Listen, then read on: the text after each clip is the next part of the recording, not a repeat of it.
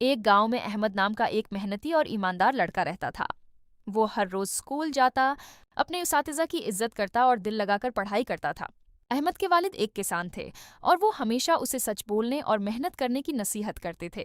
ایک دن احمد اسکول جا رہا تھا کہ راستے میں اسے ایک بٹوا پرس ملا۔ اس نے بٹوا کھول کر دیکھا تو اس میں بہت سارے پیسے اور کچھ کاغذات تھے۔ احمد نے فوراً سوچا، یہ کسی کا قیمتی سامان ہے، مجھے اسے واپس کرنا چاہیے۔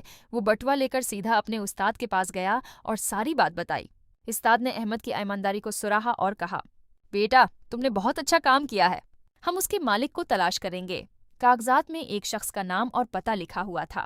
استاد اور احمد اس پتے پر پہنچے۔ دروازہ کھٹکھٹایا تو ایک پریشان حال آدمی باہر آیا۔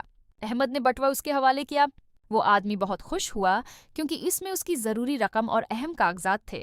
اس نے احمد کو انعام دینا چاہا، لیکن احمد نے مسکرا کر کہا، مجھے انعام نہیں چاہیے، مجھے خوشی ہے کہ میں نے آپ کی مدد کی۔ وہ آدمی احمد کی بات سن کر بہت متاثر ہوا اور اس نے دعا دی، بیٹا تم ہمیشہ کامیاب رہو، اللہ تمہیں مزید عزت دے۔